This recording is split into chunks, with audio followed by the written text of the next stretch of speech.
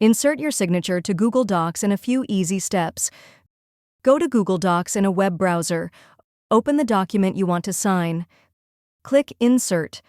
Click Drawing. Click New. A pop-up window will open.